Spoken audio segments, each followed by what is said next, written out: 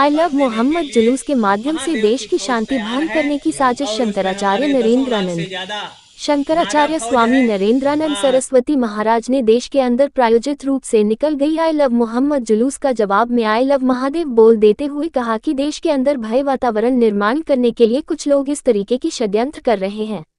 शासन को इन पर सख्त कार्रवाई के साथ नियंत्रित करने की जरूरत है, वरना इनका जवाब देने के लिए हम साधु संत नागाओं का फौज ही काफी है।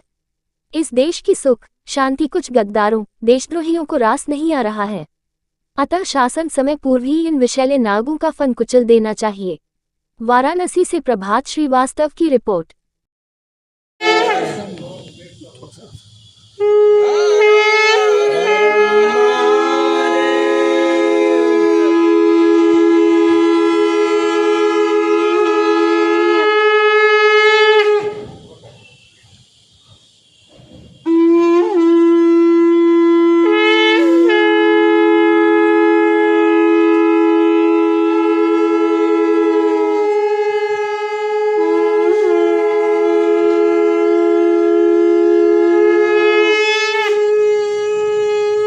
आई लव मोहम्मद देश के सैकड़ों जगहों पर जुलूस निकालकर एक तरह से समाज में भय उत्पन्न करना चाहता है, सरकारों को डराना चाहता है, अपनी शक्ति प्रदर्शन करना चाहता है।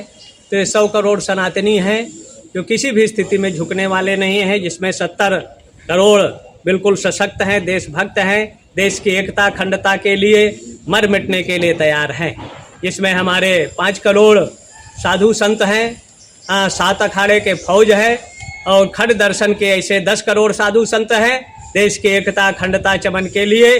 जैसे कभी भगत सिंह, राजगुरु, सुखदेव, सुभाष चंद्र, रानी लक्ष्मीबाई जैसे अनेक तत्या टोपे, शिवाजी देश की एकता अखंडता के लिए कार्य किया। वर्तमान में ऐसे सनातन धर्म की रक्षा सुरक्षा और कोई अराजकता उत्पन्न करना चाहता है, कानून हाथ में लेना चाहता है, बांग्लादेश, लंका या नेपाल का स्वप्न देखता है, वो किसी भी स्थिति में भारत में सफल नहीं होने दिया जाएगा।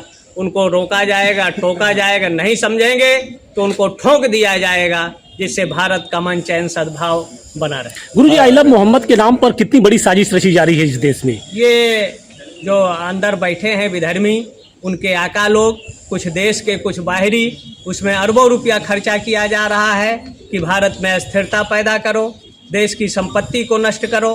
कहीं वो आतंकवाद के रूप में, ISI के रूप में विभिन्न भेष बदल कर और ये मोहम्मद के नाम पर महिलाओं को उनको आगे कर देते हैं। यतीम, अभी पिछले साल गुजरात के नवरात्रि में जो सूरत में दंगा हुआ, यतीम बच्चों को आगे किया गया, दंगा फसाद किया, और जब जांच हुआ तो उनके आका जो मौलाना है वही उसके पीछे आए। तो ऐसे बहुत से इसमें इनकी लगभग 35 जगहों पर मीटिंग हुई है मौलानाओं की। विदेशों से अरबों रुपया आ रहा है कि भारत सरकार को अस्थिर करो, हिंदुओं को अस्थिर करो, उनकी संपत्ति हड़पो, उनकी बहन बेटियों को 10 लाख इस देश की हिंदू बेटियों को बेचा जाता है, किडनैप किया जाता है, उनके अंगों को चीर कर बेचा जाता है। तो ये विशेष जांच का विषय है, और जांच के बाद जो आ जाए, पकड़ में आवे, तो उनकी संपत्ति, अभी जैसे गोड़ा में हुआ, उन्होंने धर्मांतरण के नाम पर अरबों का विदेशों से खेल हुआ, ऐसे इसके पीछे बहुत बड़ी साजिश है भारत को अस्थिर करने के लिए चुनी हुई सरकारों को, और इस देश के हिंदुओं को बांटने के लिए कुछ विधर्मी देख रहे हैं कि भारत को 25-30 जो स्टेट है उनको टुकड़ों में, देशों में बांट दो, जिससे हमारा उद्देश्य सफल हो। लेकिन ये उद्देश्य किसी भी स्थिति में सफल नहीं होने दिया जाएगा।